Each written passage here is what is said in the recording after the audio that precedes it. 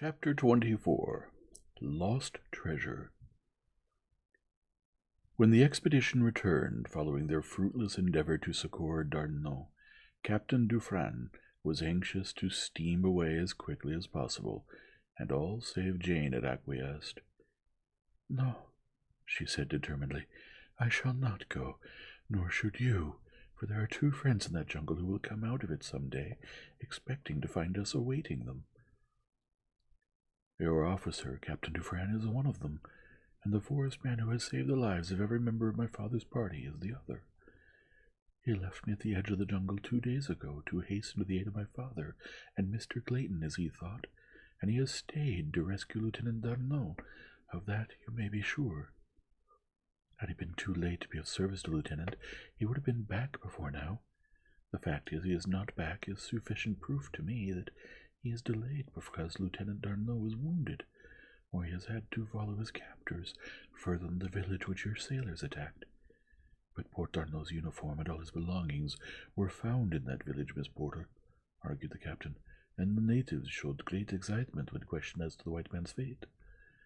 "Yes, Captain, but they did not admit that he was dead, and as for his clothes and accoutrements being in their possession, why, more civilized peoples than those poor savages strip their prisoners of every article of value, whether they intend killing them or not. Even the soldiers of my own dear South looted not only the living but the dead. It is strong circumstantial evidence, I will admit, but it is not positive proof." "Possibly your forest man himself was captured or killed by the savages," suggested Captain Dufresne. The girl laughed. "You do not know him," she replied, a little thrill of pride setting her nerves a tingle at the thought that she spoke of her own. "I admit that he would be worth waiting for, this Superman of yours," laughed the captain. "I most certainly should like to see him." "Then wait for him, my dear captain," urged the girl, "for I intend doing so." The Frenchman would have been a very much surprised man could he have interpreted the true meaning of the girl's words. They had been walking from the beach toward the cabin as they talked, and now they joined a little group sitting on the camp stools in the shade of a great tree beside the cabin. Professor Porter was there, and Mr. Philander and Clayton, with Lieutenant Charpentier and 2 of his brother officers, while Esmeralda hovered in the background, ever and anon venturing opinions and comments with the freedom of an old and much-indulged family servant. The officers arose and saluted as their superior approached, and Clayton surrendered his camp stool to Jane. "We were just discussing poor Paul's fate," said Captain Dufresne. "Miss Porter insists that we have no absolute proof of his death, nor have we, and on the other hand she maintains that the continued absence of your omnipotent jungle friend indicates that Darnot is still in need of his services, either because he is wounded, or still is a prisoner in a more distant native village. It has been suggested," ventured Lieutenant Charpentier, "that the wild man may have been a member of the tribe of blacks who attacked our party, that he was hastening to aid them, his own people." Jane shot a quick glance at Clayton. "It seems vastly more reasonable," said Professor Porter. "I do not agree with you," objected Mr. Philander. "He had ample opportunity to harm us himself, or to lead his people against us. Instead, during our long residence here, he has been uniformly consistent in his role of protector and provider." "That is true," interjected Clayton. "Yet we must not overlook the fact that, except for himself, the only human beings within hundreds of miles are savage cannibals. He was armed precisely as are they, which indicates that he has maintained relations of some nature with them, and the fact that he is but one against possibly thousands suggests that these relations could scarcely have been other than friendly." "It seems improbable to me that he is not connected with them," remarked the captain. "Possibly a member of this tribe." "Otherwise," added another of the officers, "how could he have lived in a sufficient length of time among the savage denizens of the jungle, brute and human, to become proficient in woodcraft or in the use of African weapons?" "You are judging him according to your own standards, gentlemen," said Jane. "An ordinary white man, such as any of you, pardon me, I did not mean just that, rather, A white man above the ordinary in physique and intelligence could never, I grant you, have lived a year alone and naked in this tropical jungle. But this man not only surpasses the average man in strength and agility, but as far transcends our trained athletes and strong men as they surpass a day-old babe, and his courage and ferocity in battle are those of the wild beast. He has certainly won a loyal champion, Miss Porter, said Captain Dufresne, laughing. I am sure that there be none of us here who would willingly face death 100 times in its most terrifying forms to deserve the tributes of one even half so loyal or so beautiful. You would not wonder that it offended him, said the girl. Could you have seen him as I saw him, battling in my behalf with that huge hairy brute? Could you have seen him charge the monster as a bull might charge a grizzly, absolutely without sign of fear or hesitation, you would have believed him more than human. Could you have seen those mighty muscles knotting under the brown skin? Could you have seen them force back those awful fangs? You, too, would have thought him invincible. And could you have seen the chivalrous treatment which he accorded a strange girl of a strange race, you would feel the same absolute confidence in him that I feel. You have won your suit, my fair pleader, cried the captain. This court finds the defendant not guilty, and the cruiser shall wait a few days longer, that he may have an opportunity to come and thank the divine Portia. For the Lord's sake, honey, cried Esmeralda, you all don't mean to tell me that you're going to stay right here in this here land of carnivorous animals, when all you got the opportunity to escapade on that boat?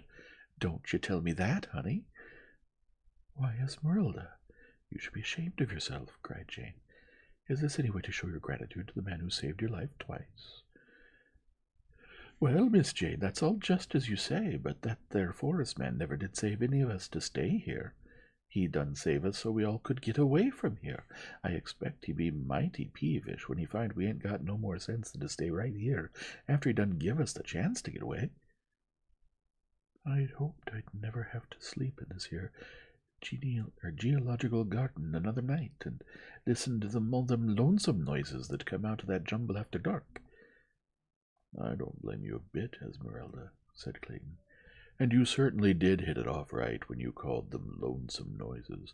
I never have been able to find the right word for them, but that's it, don't you know? Lonesome noises.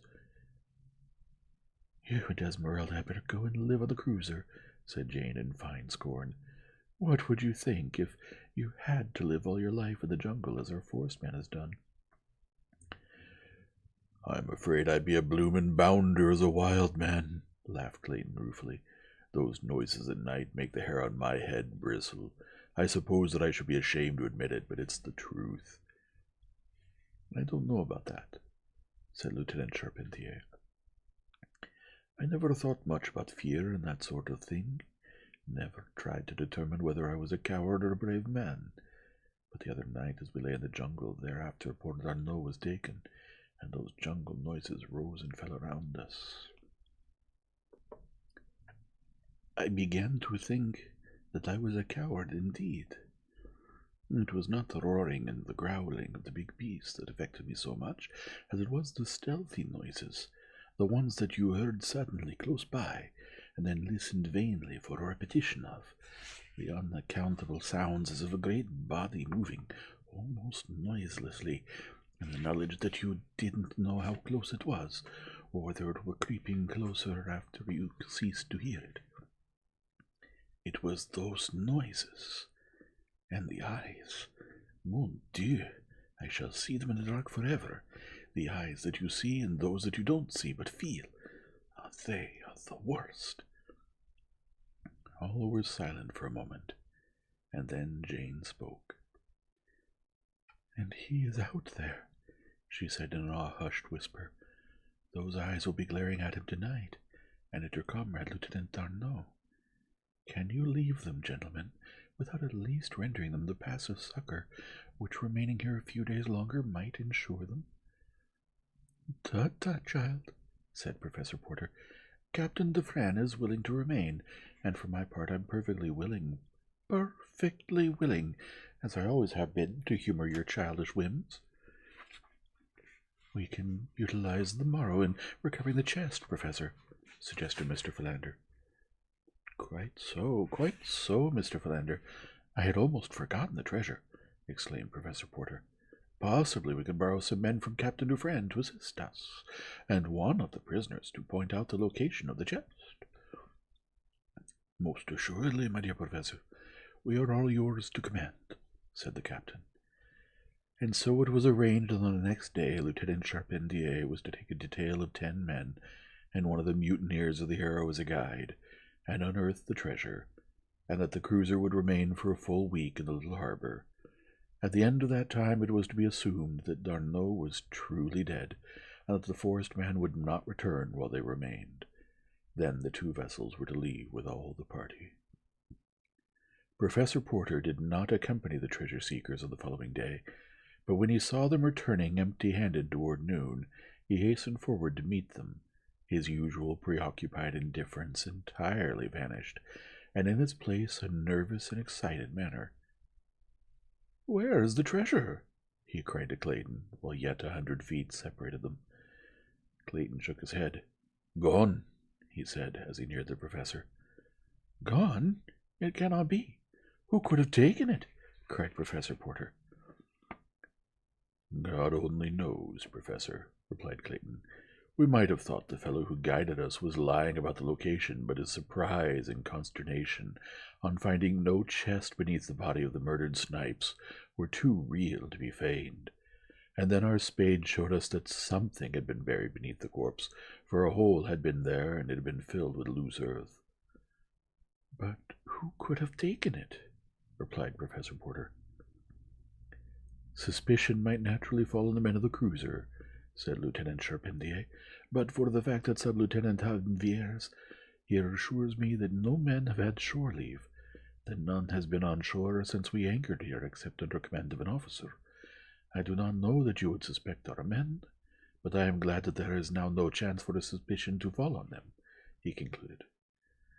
"It would never have occurred to me to suspect the men to whom you owe so much," replied Professor Porter, graciously.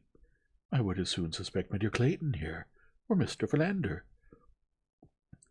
The Frenchman smiled. Both officers and sailors, it was plain to see that a burden had been lifted from their minds. "The treasure has been gone for some time," continued Clayton. "In fact, the body fell apart as we lifted it, which indicates that whomever removed the treasure did so while the corpse was still fresh, for it was intact when we first uncovered it." "There must have been several in the party," said Jane, who had joined them. "You remember that it took 4 men to carry it." "By Jove," cried Clayton, "that's right. It must have been done by a party. Probably one of them saw the men bury the chest, and then returned immediately after with a party of his friends and carried it off." "Speculation is futile," said Professor Porter sadly. "The chest is gone. We shall never see it again, nor the treasure that was in it." Only Jane knew what the loss meant to her father, and none there knew what it meant to her. 6 days later, Captain Dufresne announced that they would sail early on the morrow. Jane would have begged for a further reprieve, had it not been that she too had begun to believe that her forest lover would return no more. In spite of herself, she began to entertain doubts and fears. The reasonableness of the arguments of these disinterested French officers commenced to convince her against her will. That he was a cannibal she would not believe, but that he was an adopted member of some savage tribe at length seemed possible to her. She would not admit that he could be dead. It was impossible to believe that that perfect body, so filled with triumphant life, could ever cease to harbor the vital spark, as soon believe that immortality were dust. As Jane permitted herself to harbor these thoughts, others equally unwelcome forced themselves upon her. If he belonged to some savage tribe, he had a savage wife, a dozen of them perhaps, and wild half-caste children. The girl shuddered, and when they told her that the cruiser would sail on the morrow, she was almost glad.